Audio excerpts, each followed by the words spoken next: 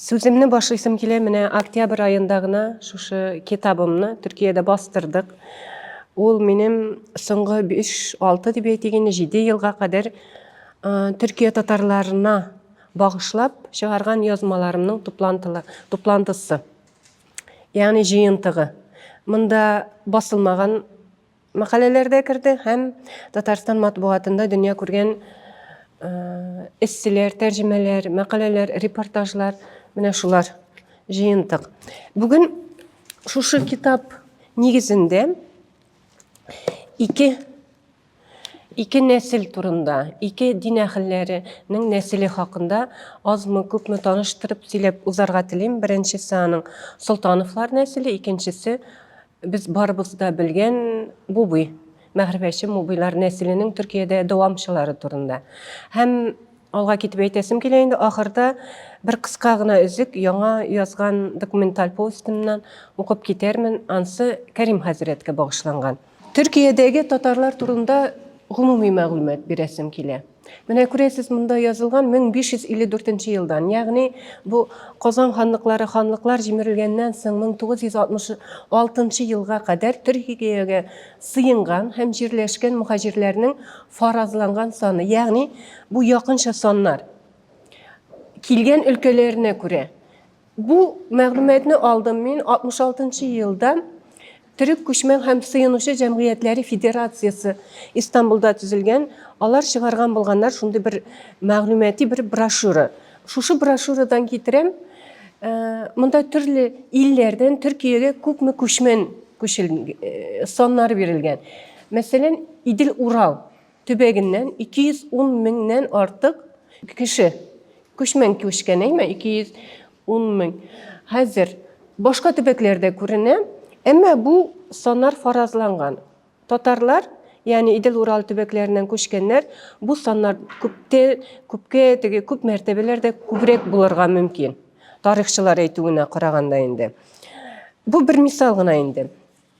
Түркияда татар мұхажирлері жерлешкен шәһәрләр һәм ауыллар. Міне китабымның да тышына мен шушы Түркия картасын қойдым, һәм шунда көрініп тұрсын. Түркияда татарлар қойларда яшилер. Түркияның қойсы әрірек шәһәрін алсақ та, ескі шәһәр, Анкара, Бурса, мәселен, тігі башта Самсун, Юзгат, Адана, бұл башта бітінне тігі жер тітіреулер болған Адана тарафлары, һәм шулай оқ Анталия тарафлары. Қойсы тирелерін алсақ та, мұхажирлер бұл жерлерге орнашқандар, һәм шунысы үзенчәліклі біздің татар мұхажирлері шәһәрлерге генә урнашып қалмыша, алар бит көплеп те келгеннер. Көплеп келген үшін алар ауыллар салырға тырышқандар. Ауыл болып өзлерінің татарлығын, динлерін, өзлерін, нәсіллерін сақлап қалу ниеті болған. Шуңа күрә менә Самсун янында, шәһәр янында Хилмия ауылы барлыққа келген, Шампынар ауылы. Аннары мәселен ескі шәһәр янында данлықлы енді Кырхүйек, Османия ауылы бар. Кония янында Бүгірделік, Сібір татарлар ауылы бар. Әфенді Күпірі, Гүрсу, Икіпынар, Шампынар. Бүгінгі күнде бұл ауыллар Түркияда бар. Әйтесім келейінде ұл ауыллар қазір қайбірлерінде татарлар ғайлелері санаулығына яши. Шуңа қарамастан мәселен Кырхүйек білен Бүгірделік, Әфенді Күпірі, Гүрсуларны да шоқтай татарлар яши, һәм алар Қозанға да келіп-кетіп жүрілер, Татарстан біле әлемтәлерін юғалтмайлар. Бірнеше фото көрсетесім келе, тарихи фотоларда деп етейін, Кырхүйек 1952 жылда мынау бірінші фото, бұл ауылда туй вақыты. Анда қырыда күйеу егеті отқа отырған тігі яқтара, һәм көресің, ауылда не қадар егітлер, ер егітлер, һәм үлкенлер, һәм яшілер, яғни ауыл гүрлеп тұра. Туйлар ол вақытта 5 күн болайды дейлер. Міне Кырхүйек апалары, абайлары сөйлей бүгінгі күнде де. Күйеу шек-шеклері де бәлішлерін туй болған үй үшін 5 күн алдан шек-шек, бәліш, әр бірсін пішіріп, шундай зор туйлар ясыйдық дейлер. 55 жылда бұл ескі шәһәрде татарлар көп яши тұрған шәһәр бетіне, бұл сүннет туйы. Менә бұл сүннет туйында Қатнашқан татарлар арасында ескі шәһәрдә хәзрәт булган абзый да бар. Аны гармун тотып торалар, гармунда уйнап, биеп sünnet toylарын шулай үзбешчә татарча рәхәтләндереп үткәрә торган булганнар. Инде бүгенге көнгә кайтсак, Кырайнашы, Кырыйыкта 22 елдагы бу бер фото.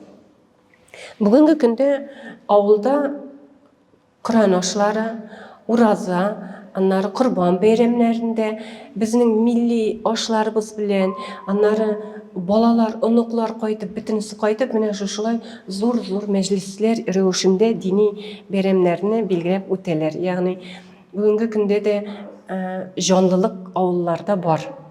Кыскача гына тагын шушы Кырыйык авылының бер күренеше һәм Кырыйык авылында каберстанда сакланган кайбер кабер ташлары. Менә аларның берсенә язылган "Ихтыяҗым бары бер Фатиха сүрәсе".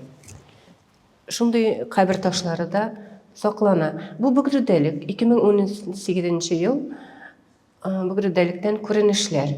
Бу мәчет аларның яңа мәчет, бу иске мәчетләре түгел. Менә Себер татары авылы һәм урамнары.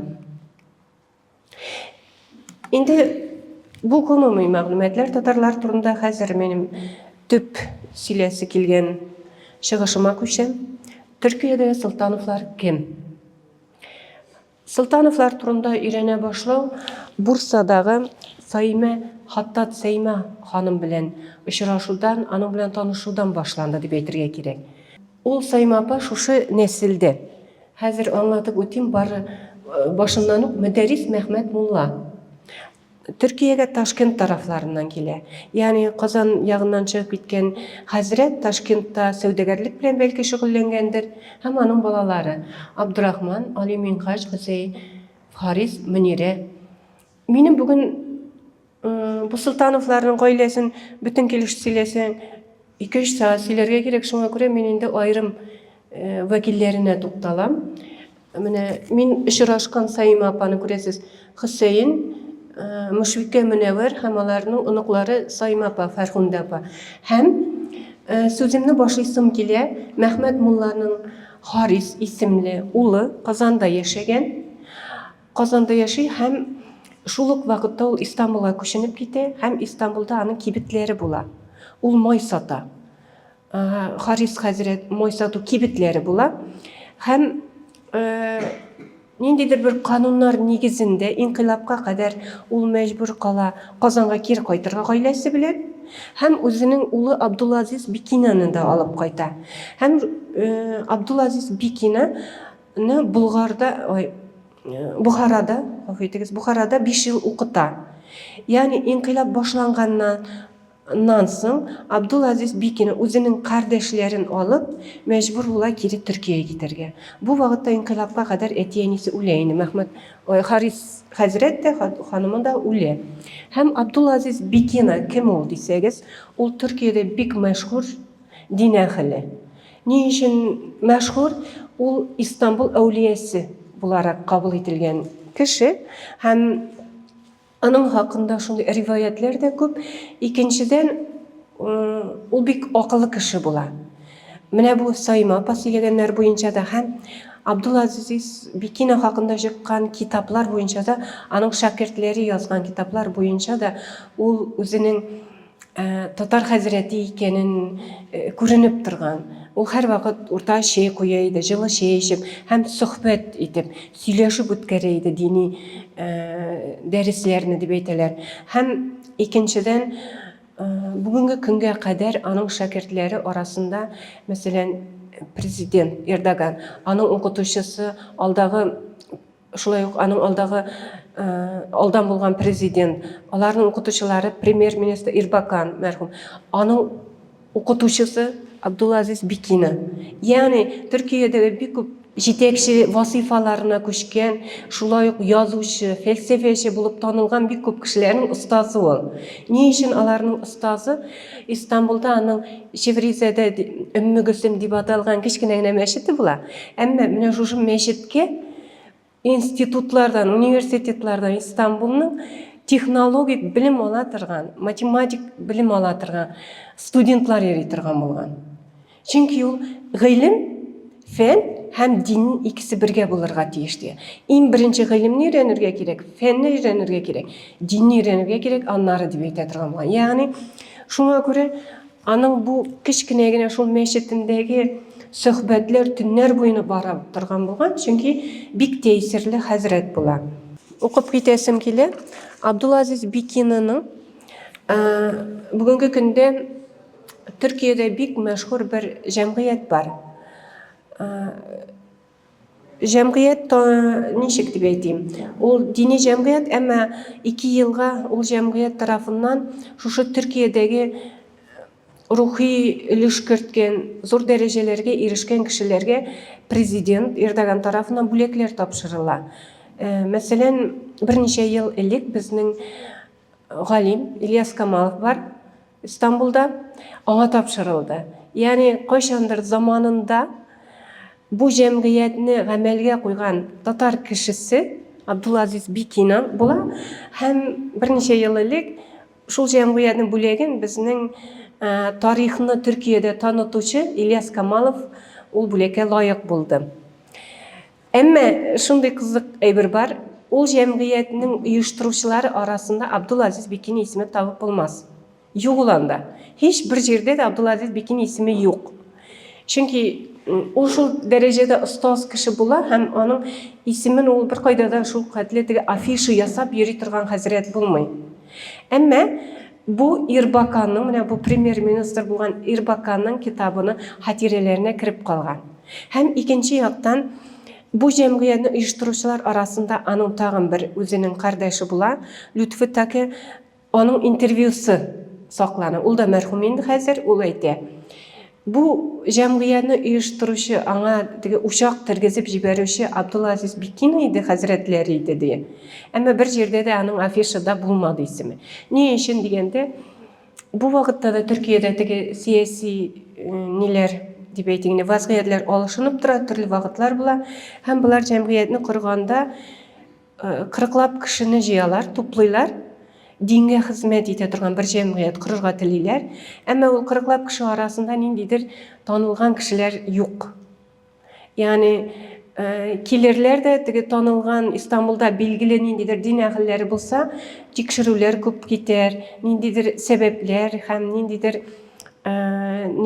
сәбәпләр эзли башларлар дигән бер уй белән бу җәмгыять корылып китә, 40 кеше языла.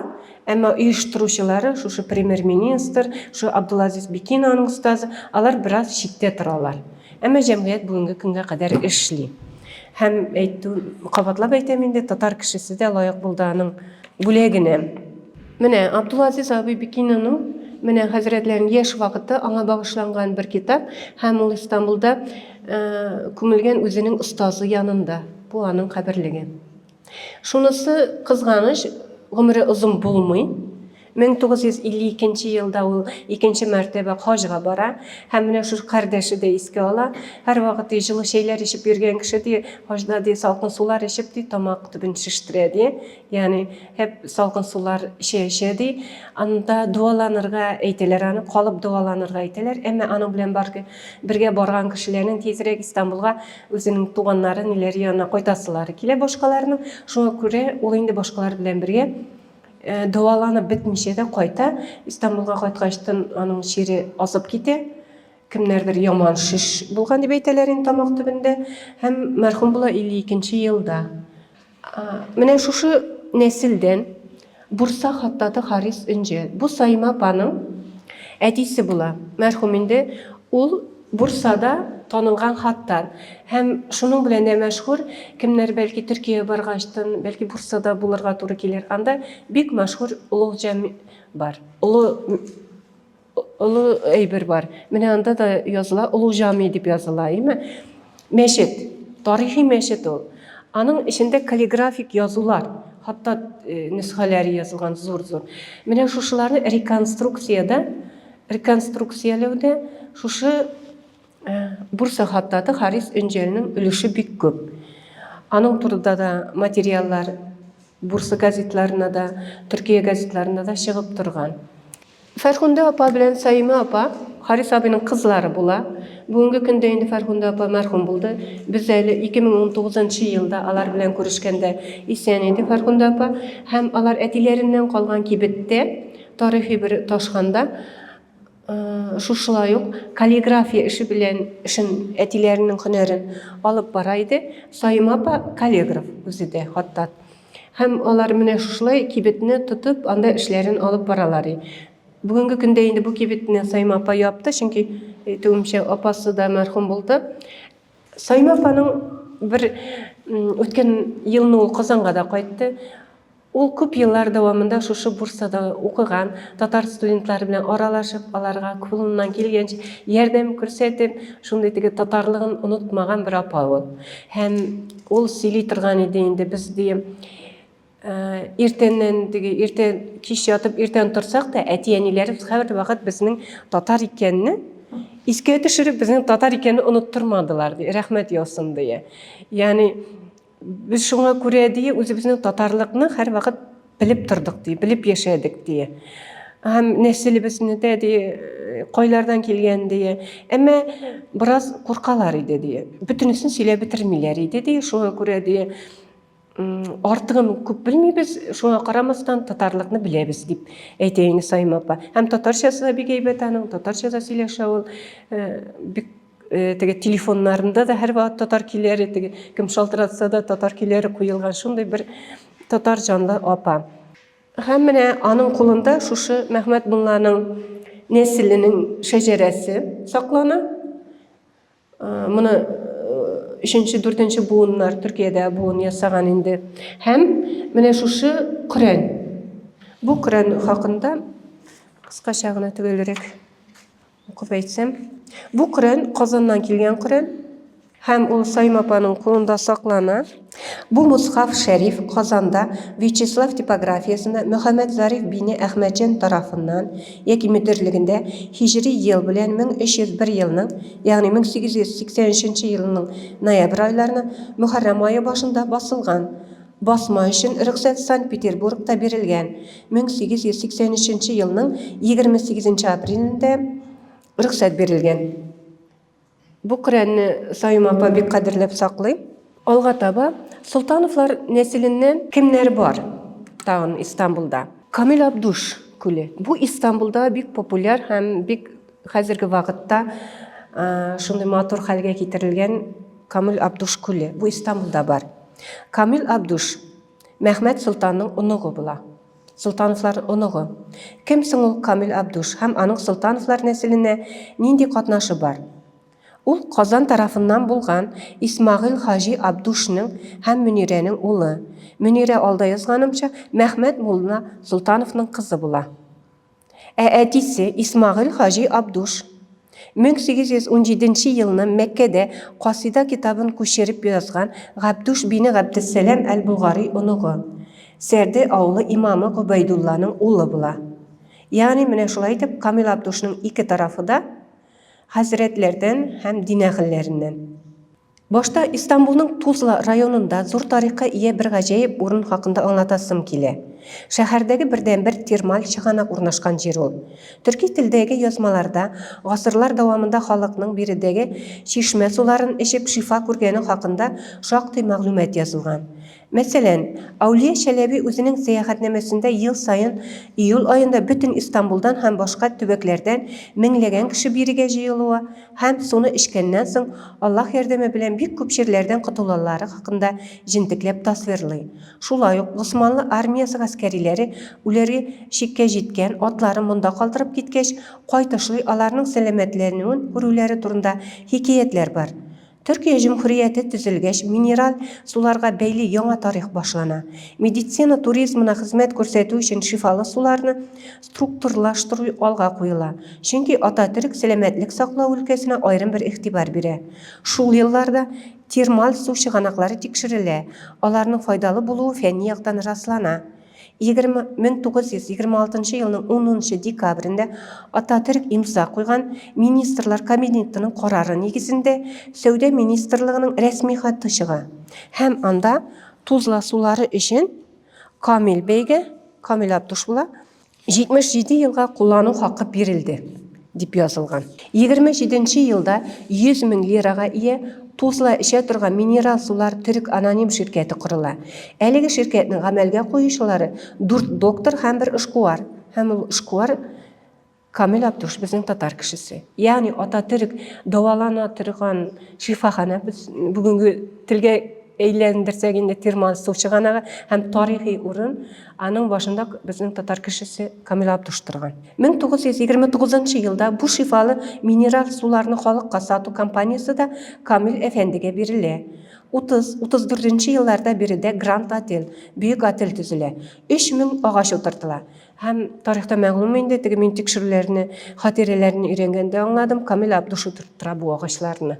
Yani İstanbul'da büyük ağaçlar o'tirtgan kishi bo'larak da belgili. Türkiye'nin sog'liq sog'inda turgan zo'r bir muhim o'zagine o'rildi. Biriga Türkiye'nin birinchi prezidenti Kemal Atatürk'nin yish keluvi ma'lum. Ул qala turgan bölme bugungi kunda muzey bo'larak kullanıla. Lekin ko'p yillar davomida o'ngishli ishlab kelgan uyushma 70-yilda Kamil Abduş vafotidan so'ng qizg'anish holga tushdi. Chunki aning o'zidan so'ng qolgan 16 varisi tegishli darajada ish yurita olmay. Biride 20 yılga xizmat ko'rsatilishi to'xtatildi. 90-yilda bu milkning yartisidan ko'pragini boshqa bir kishi sotib ola, shundan so'ng qabat jon kira. Bugungi kunda turli davolanish usullarini taqdim etgan otel ishlovini davom etdi. Tuzli rayonidagi zamonida tuz chiqarilgan ko'l Kamil Abduş ko'li deb atalib yurtildi. Chunki ko'lda Kamil Efendiga berilgan bo'la. Ammo varislari tiyishincha xo'ja bo'la olmag'ach, qabat davlat qo'luna ko'chirildi. Bugungi kunda ko'l teresin davlat tomonidan zamoncha proyektlar negizida yo'nartildi. Birida 180 dan ortiq qush turim ko'rishga mumkin diler. Yani büyük zo'r ko'l hem kvadrat metrda 140 ming tashkil etadi, hem Tuzla Kamil Abduş ko'li parki deb ataladi. Sibir qozi, Sibir yoqlaridan kelgan Sibir qozi da shunda to'xtab yo'l etib, anari ketadi boshqa taraflarga degan ma'lumotlar bor. Hozir mana kim deganda biz İstanbul'da tatar kishisining ko'li, aning ismini yurtgan ko'l borligini bilamiz endi. Endi tağın bir şahsga ko'chasim kele. Mejit Sakmar, hem aning xotini Aliya xonim. Aning haqida da o'qib o'tam. Albay Mejit Sakmar, Qozon tatari. Sakmar avulida tug'an. 1905-yilda İstanbulga ko'chini Turkiya armiyasining havo uyushmasini tuzuvchilarining birisi, havo kuchlari kengashchisi. 54-yildan o'limine qadar İdir Ural Milliy markazi yetakchisi. Mejit Sakmar'ның hem xotini Aliya xonimning yozuvchi G'oyaz Ishaqiy bilan birlikda yig'ilishlarda qatnashuvi belgili. Bu haqda Ali Aqsh xotiralaridan o'qirga mumkin. Shulay uq Ishaqiy marhum bo'lgandan so'ng tatarlar Mejit Sakmar uyida yig'ilib, jiddiy qarorlar qabul etdilar. 54-yilning 12-avgustida o'tgan bu yig'ilishda Mejit Sakmar tatarlarning yetakchisi bo'lib, aning yordamchisi etib Kamal Luqman saylanadi. Yani İshaqiydan so'ng Mejit Ishaqiy uyushtirgan uyushma Mejit Sakmar yetakchilik etdi. Albatta anda Ishaqiy aytgan bo'lar Kamal Luqman qolar deb. Kamal Luqman esa ul Turkiyaning birinchi neft injineri, ul davlat xizmatida bo'lganga ko'ra ul vaqtda davlat zakonlari bo'yicha davlat ishida bo'lgan kishi jamiyatlarni yetaklik olmay.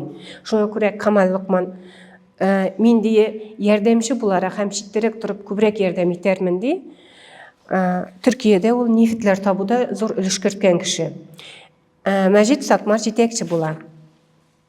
Ham Mejit Sakmar eri bilan birga bu milliy toplantılarda, ya'ni tatarlar bilan aralashib yashagan xonim Aliya xonim 1978-yilda marhum bo'la. U Mehmet Mullaning o'g'li Minhaj Sultanovning qizi. Ya'ni shu Sultanovlardan. Ko'rasiz, Sultanovlar ailesinin kızlarını alsan da, onuklarını alsan da, hatta kiyevlerini alsan da, onlar arasında tatarlık bilen hem din bilen beyleniş büyük güçlü bulgan. Bir yaktan qaraganda, şuna da ihtibar etemin. Mine bu, biz gadette ağıl bulup küçüngen muhacirler turunda söz yürütəbiz.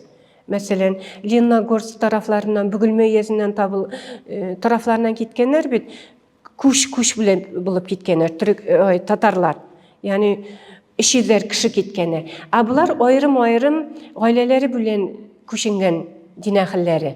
Hem olar uzara Rossiyada da, Qozonda, Toshkentda yaşaylarım, qaysi şehirlerde yaşasa, ularına qaramasdan kızların alışkanlar, yani ниндидир туганлык жиплерин саклаганар, шул рәвешле бер-берсе белән бәйле булганнар. Һәм шушы әйбер күзәтелә Истанбулга күченгәчтен алар арасында. Менә кайсы гына бер дин әһелләренең нәселен тотып өйрәнә башласаң да, аларның кызларын, уллары кемнәрнең, кияүләре кемнәрнең уллары белән тоташкан дип уйлыйсың. Чит җирдә дә ничектер шулшы татарлык белән, динне бергә саклау белән бергә нәселләрен шул рәвешле саклаганнар. Ягъни кардәшлекне дә саклый алганнар.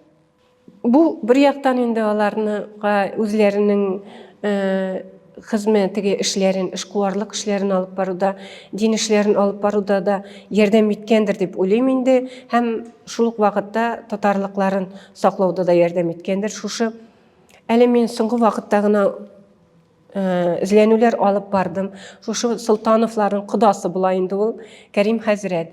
Кәрим хәзрәт, беләсез, Казаннан ул 1860 елларда хиҗрәт иткән хәзрәт. Һәм аның хиҗрәт итүе кайбер дин әһелләре, мәрҗәниләр тарафыннан бик үк хуплап каршы алынмаган. Ул Кәрим хәзрәтнең кадимчылардан диебрәк әйтелә торган хәзрәтләрдән.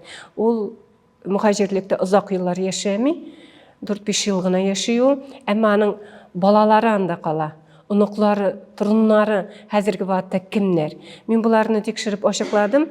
Һәм балаларның берсе аның полковник дәрәҗәсенә ирешә, безнең тел белән әйткәндә инде, әмма Солтан вакытында башка сүз белән әйтелә инде, паша дип әйтәләр. Һәм башка балаларның, оныкларының да шул дәрәҗәдә бөек математик була берсе бөек фәлсәфәче. Ягъни нәсел, көчле нәселләр булар. Казанда вакытта ук ничек Кәрим хәзрәт, ничек Апанай мәчетендә имам хәзрәт булган, һәм аның бик күп шәкертләре булып, ул бик тарих битләренә кирип калган, шундый уста, укытучы, остаз буларак кирип калган булса, аның бу сыйфатлары туруннарында, ягъни Төркиядә туып үскән оныкларында күренә. Бу хакта мин bir dokumental повесть язып чыккан идем, Казан утларына чибергән идем, Алла берсә бәлки басылыр да, һәм чыгышымның азагында бер үзеген укып китәрмен. Шушылай ук көчле һәм мәгърифәтче һәм дини нәселләрдән безнең өчен барыбыз өчен дә таныш бубыйлар нәселе бар. Аларга күчәргә телим хәзер. Мәрьям бубый исемен 2020 елда Татарстанга галим Айдар абый алып кайтты. Аның хакында мәгълүматны ул төрекчә китаптан укып, һәм аннары фәнни мәкалә язды. Мин шул Айдар абыйның табышларына дип әйтим, инде тәэсирләнеп, эзләнүләрне дәвам иттем. Һәм эзләнүләр нәтиҗәсендә шактый кызыклы табышларга тап булдым. Бүгенге көндә Истанбулның Кадыки бистәсендәге бер урам 46 яшендә намазлык өстендә йөрәге тотып мәрхүм булган зыялы татар кызы исемен йөртә. Истанбулның әлеге бистәсе мухаҗир татарлар өчен чит түгел. Инкыйлабка кадәр һәм аннары Төркиягә киткән татар мухаҗирләре укмашып яшәгән бер район буларак билгеле ул. Биредә шулай ук галим милләттәшебез Рәшит Рәхмәти Арат урамы бар. Аның урамы инде безгә һәм Истанбулда яшәүче татарларга һәм Казан татарларына дип әйтик, алим гөләмәләргә таныш иде. Хәзер менә улы җанлы Мәрьям бубый туган Атмажа урамында истә тотарбыз. Мәрьям урамы Истанбулда 90-нчы елларда барлыкка килгән. Губайдулла бубый Нигъматуллинның кызы Мәрьям туган Атмажа Төркиядә Беренче Бөтендөнья сугышы вакытында әсир төшкән төрекләргә ярдәм күрсәткән каһарман хатын-кыз буларак мәгълүм. Әйтеп үттем инде, Айдар абый Хайретдинов, Губайдулла кызы Мәрьям Нигъматуллина бубыйлар нәселенең ни мәгълүм вәкиле 20-нчы елда исемле хезмәте белән Мәрьям туган Атмажа исемен Татарстанга кайтарды. Мин әлеге хезмәт тәэсирендә Мәрьям туган Атмажаның гомер юлын, хәйриячел хезмәтләрен һәм яңа мәгълүматларны өйрәнү максаты белән мәкаләләр яздым. Ул мәкаләләрнең берсе безнең мираста басылды. Бу елның февраль, март, апрель айларында ялгышмасам, һәм менә шушы яңа чыккан китабыма кертелде. Бу фотода Мәрьям ханым 46-нчы елда мәрхүм була. 46 ешкіне булайлы ул вакытта эртеңги намаздан соң шүкір намазын кыла, һәм шүкір намазын кылганнан соң намазлык үстүндө йөрәге тота. Бу хакта Түркиядә Тасвир газетасында чыга некролог. Әмма Түркиядә ул күреп турасыз ватанпәрвәр бер түрк kadını vafat etti deyilgen. Yani onda Tatar iken yazılman Ufa tarafından Gubeydullah Bubi kızı deyip eytili bu nekrologda. Ama onun Tatar xantanı ikeni eytilmi. Hem bugünkü günde Türkiye Türkçe Meryem Hanım'a kagılışlı yazmalarını qarasan da anda ol hep Türk kadını diyerek şeyinde. Hem onun internette taralgan niye? Mene şuşu revişli. Nekrolog tulusынча таралмый. Gerçi nekrologda көп кенә мәгълүматлар бар. Birinci kızı Sevim Aliye isimli. Ул да бик яшьли мәрхүм булган. Хәзер генә без аны ачыкладык. Измирдә аның кабрын таптык. Әмма Мәрьям ханымның кабре табылмады, чөнки Истанбулда юл салулар булган. Һәм зиратның билгеле бер өлешендә каберлекләр күчерелгән яки күмелгән. Ремонт шундый эшләре бик күп барган Истанбулда, шул вакытта югалып киткән. Балаларының каберлекләрен таптык, әмма бер кызы әлегә кадәр исән, ул 90-га якынлашып килгән, Нилүфәр исемле, бик аралашмый инде, бик аны белән аралашырга насыйп булмады әле. Әмма башка балаларын, оныкларын без иттек, таптык, күрештек, сөйләштек һәм әлбәттә инде Төркиядә Мәрьям ханым бик теге уч төбендә тотыла дип әйтергә кирәк. Чөнки заманында Беренче бөтен дөнья сугышы вакытында бит инде безнең төрек әсирләре әсир төшәләр һәм ул әсирләрне бу Татарстан тарафларына, Сибир тарафларына бик күпләп җибәрәләр. Ул вакыттагы безнең татар байлары бу дини мөселман кардәшләребезгә ярдәм итәбез дип мануфактурачылар дип әйтик инде. Бик күп ярдәм кул сузганнар. Ул мескен хәлендә булалар инде алар. Чөнки Сибир төрмәләрендә теге буз эчендә дип әйткәндә, кар эчендә, салкында, аш. Шул вакытларда ул шушы төрек әсире белән таныша, Али Риза Атмажа. Атмажа фамилиясын Төркиягә кайткач алалар. Али Риза белән ул гаскәри була, аның белән очраша һәм мәхәббәт була һәм аннары Мәрьямнең бик күп шушы әтисе нәселе кулыннан алган бик күп акчаны шушы төрек гаскәриләрен коткарырга тота. Yani Мәрьям шундый зур бер фидакарлык дип әйтеп, михрибанлык кыла дип әйтегез. Ул вакытта әлбәттә Советлар белән Төркия арасында бер канун имзалана. Бу патша заманында әсир төшкән төрек әсирләрен кире Төркиягә кайтару рөхсәт ителә, ягъни Советлар, большевиклар килгәннән соң да. Әмма аларны кайтаруда бик күп акчалата ярдәмнәр кирәк була. Һәм менә шушы вакытта бик шундый тарихи бер күренеш.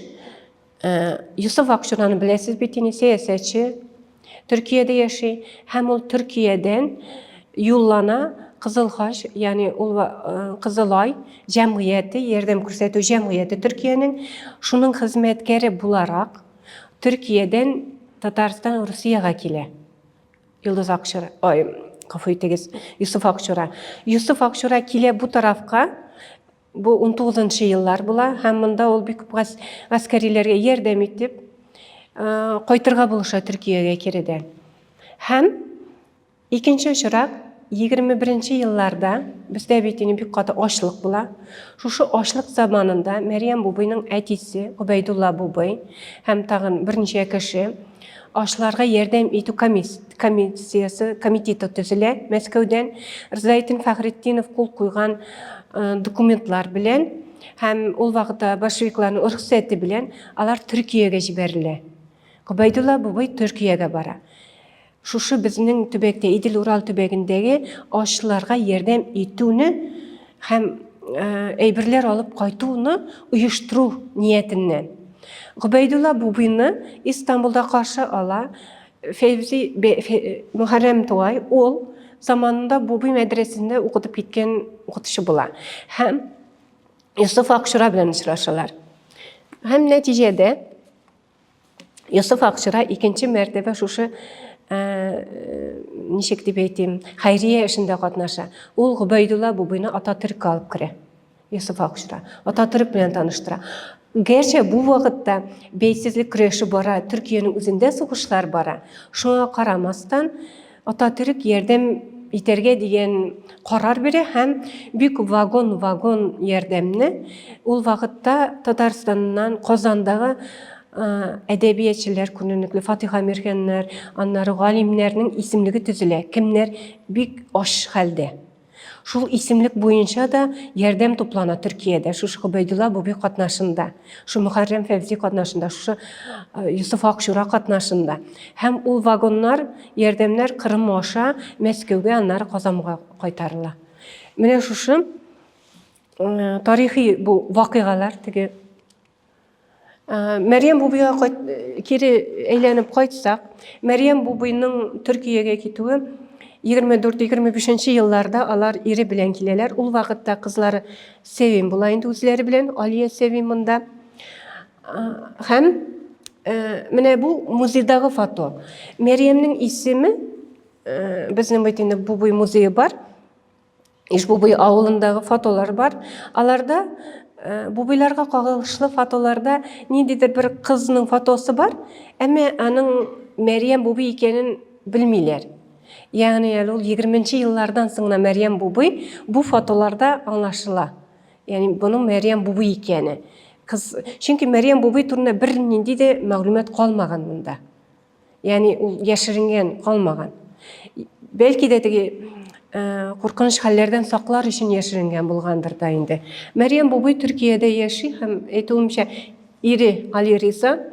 Hem bu istegi yazma gazete ol. Türkiye'de çıkan gazete Meryem Bubi'nin etiyenisinin ismin kiri koytarı niyetinden hem anı tanıtı niyetinden İstanbul'da yaşayan kızları Turan atmaca tırışa. Bu 90'ncı yıllarda. 90'ncı yıllarda reportajlar biri.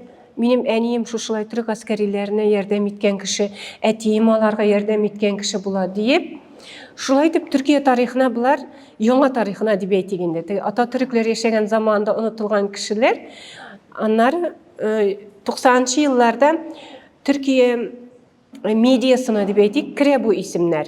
Hem şuşunday zor bir neçe zanda Meryem'ge bağışlangan reportajlar çığa. Men şundan okup ötergeteliyim. Turan anın kızının ismi, o ikinci kızı. Anın hatireleri kündeliginden. Meryem Hanım'nın şeşleri.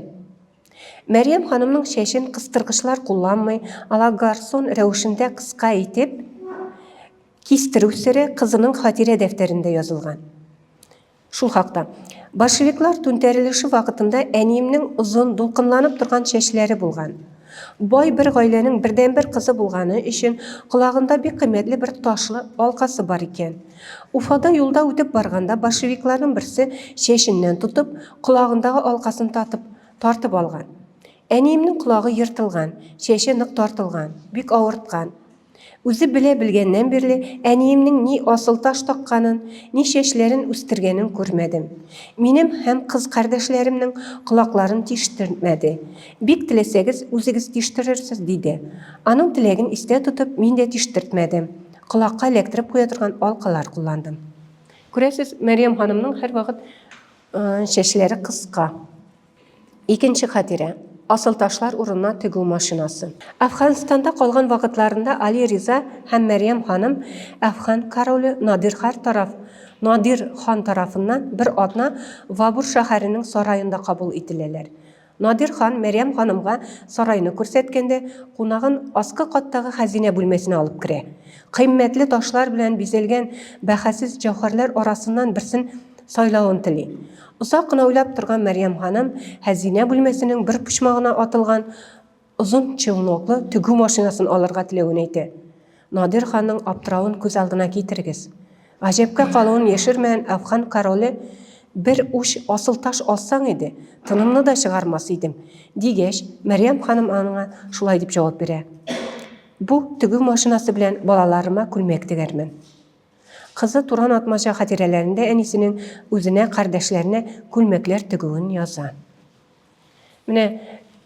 Yani ne kadar bir qaraganda bit инде мында да әти-әниләр тарафыннан да бердән бер кыз булып үскән, ягъни яклауда булган һәм хатирәләрдә әйтәләр инде бик гыйлемле булган Мәрьям. Бердән татарчасы да көчле, русчасы да көчле булган, гарәп, фарсы телләрен белгән, укыган. Бу мәктәбендә бит инде русча да укытканнар. Һәр тарафтан теге белемле бер кыз һәм никадәр байлыгын да күргән. Аңа карамастан үзенең теге кешелелек сыйфатлары шушы хатирәләрдә дә күренеп тора. Ниндидер корольнең байлыгына кызыкмый, үзенә хезмәт итәрлек бер эш коралын сайлый, теге машинасын сайлап ала ул үзенә. Һәм бу теге машинасы балалары кайсыдыр бер баласында дип әйттеләр безгә, саклана хәзерге көнгә кадәр. Менә мин алда Юсуф Акчурага тукталып үттем. Менә монда күрәсез фотода Юсуф Акчура Ататürk һәм менә бу Усманлы Хилали Ахмар мәҗмуасы, ягъни ярдәм итү җәмгыяте, Кызыл Хач дип, Кызыл Ай җәмгыятенең брошюрасы. Һәм менә шушы брошюрада бу 22нче елда хәбәрләр урнаштырылган, ул хәбәрләрдә язылган Убайдуллах Бубинның Истанбулга килүе, шулай Юсуф Акчура белән очрашуы, Ататürkкә керүләре турында язылган.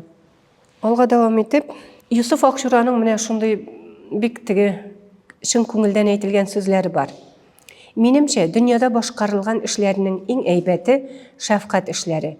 Кызыл Ай хезмәткәре буларак, әсирләрнең газапларын азайтырга тырышу миңа тормышымда башкарган хезмәтләремнең иң мөкатдәс кебек күренде. Иң мөкатдәсе кебек күренде. Рухымны, йөрәгемне бу эшкә бәйләдем. Күрәсез, 2 мәртәбә ул шушы татарлар белән бәйле хәйрия ярдәм эшендә катнаша. Инде мин алда да әйтеп үткән идем. Бу буйлар турында, Мәрьям турында эзләнүләрне дәвам итеп, без балаларның каберлекләрен, кайсы шәһәрдә яшәүләрен, ничәнче елларда туганнар, ничәнче елларда мәрхүм булганнар, оныклары белән очрашып, шундый бер эзләнүләрне алып бардык. Бүген исә чыгышымны яңа бер документаль бәянымнан кыскача гына үзек укып тамамлыйсым килә. Үткәннәргә кайтып булмый. Үткәннәргә кайтып булмый диләр. Төнге җиһанга күз ташла. Әнә иң якты ак йолдыз, Сириус балкып тора. Ул шул кадәр ерак, акылыбыз җитмәстәй ерак. Үткәннәр төсле ерак. Әмма күренә бит. Әйе күренә. 9 ел элеккеге хәле күренә. Яктылыгы безгә килеп җиткәнче еллар уза шулай. Әле бу күз белән күренгән бары бер йолдыз. Күк йөзенә махсус җиһазлар һәм математика, геометрия, астрономия кебек төгәл гыйлемнәр аша баксаң, җитмәсә, фәлсәфи караш илә сөссәң, яктылыкны 9 гына түгел, йөзләгән еллар дәвамында килгән галактикаларга кадәр күрерсең. Димәк, үткәннәргә кайтып булмый, күрергә кулай. Димәк, үткәннәргә кайтып булмый, яктылыгы киләчәккә кадәр бара. Нәкъ менә гасырлар элек Казанда балкыган, аннары сыйгайган, җуелган йолдызларның яктысы 100 еллардан соң әле Европа киңлекләрендә, әле Төркиядә балкыган кебек. Казанда ай тулса йолдызлар сыйгая диләр. Бәлки, җирдә бары яңа ясалма утлар янган, ушаклар кабынган, томаннары йолдызларны каплагандыр. Мәккә Мөнәввәрә тарафына хаҗ кылырга, Бухара ягына гыйлем тупларга, Кытай, Урта Азия, Госманлы җирләренә хиҗрәткә җыенган мөэмин мөселман татарларның юл башы каберстан. Туган җирдән кайрылу, бабалар, нәсел урык, чордашлар, мугаллим, мөдәррисләр җирләнгән зиратта мәрхүмнәрнең рухларына дуга кылып хушлашудан башлана. Ул зират каберлекләр хан заманнарына шаһитлек иткән, арифметика фәнни кагыйдәләре китаплары язган, һәр төрле тормышта кирәкле мисалларны шишәргә, үрнәк күрсәтү белән бергә шахмат уйнарга кадәр өйрәткән Мөхитдин Мөхәммәд әл-Хаҗи Атмаҗа кебек белем ияләрен күргән мәшһүр бер каланыкымы? Меңәр чакрымнар йөреп, кабул галимнәреннән хисап гыйлемен туплап кайткан Хәмзә бине Мөхәммәд Бирәзәвидән математика өйрәнгән, математика, астрономия кебек фәннәр маһиренә әверелгән, үзе календарлар төзегән сәгать ясау ustaсы Фәйзулла муллаларны, аларның шәкертләрен күргән авылныкымы, аерма юк. Кемдер бабасы кабереннән бер уч туфрак алып, кулъяулыгына төйнәр. Кемдер соң мәртәбә газизләренең кабер ташын йомшак учы белән сыйпар. Ташлар исә аерылу сагышы, Өмет белән бәрабәр чарасызлык хисләре тулы мизгелдә Фатиха артыннан Аллаһка тапшырдык. Бәхил булыгыз дип, кайчак пышылдап, кайчак бары күңелдән зикр әйтелгән сүзләрнең илаһи бер куәткә төрелгәнен сөйләмәс. Сөйли алмас. Чөнки тора-бара аларның күбесен туфрак йотар. Шул ук вакытта ташлар сөйли алмаган хатирәләр телләрдән телләргә күчеп мәктүбләргә язылыр. Киләчәккә кадәр барыр. Нәкъ галәм йолдызларының яктылыгы гасырлар аша җиргә килгән төсле. Кәрим хәзрәтнең олы абыйсы Мөхәммәд Рәхим улы Сиражи 80 яшьлек карт 3нче улын гаиләсе белән һиҗрәт юлына Кытай тарафларына озатканда, авыл башындагы зиратта соңгы мәртәбә йөрәк парәсе белән бергәләп дуга кылгач, аңын югалтты. Карт тавыш-тынсыз киселде. Башындагы чалмасы җиргә төшеп, юлдан тәгәрәде. Әйтерсең, картның чалмасына кадәр һиҗрәткә ниятләгән иде. Хаж, гыйлем, сәүдә сәфәрләренә күңел салган татар нәселләре дөнья буйлап чәчелде. Күпкә илгәреге заманнардагы кебек кире әйләнеп кайтмады, яки кайта алмады. Ничек әйтәләр әле? Бүген миңа, иртәгә сиңа. Бер генә түгел, йөзләгән чалма җиргә төшеп юлдан тәгәрәде. Чалмалар хәрәкәттә иде. Меңәр чакрымнарга сузылган һиҗрәттә иде. Әмма билгеле, йолдызларның яктылыгы көннәрне, елларны, гасырларны, хәтта дәврләрне кылачлаган заман төсле үк үткәннән киләчәккә кадәр дәвам итә. Кабер ташларны кайсын калада, кайсын авылда, кайсын юлларда, кайсын ят тарафларда тавыш-тынсыз гына туфрак йотуын дәвам итә. Туфрак йоткан кабер ташлары бәлки тарих күгендә атылган йолдызлардыр. Рәхмәт тыңлавыгыз өчен.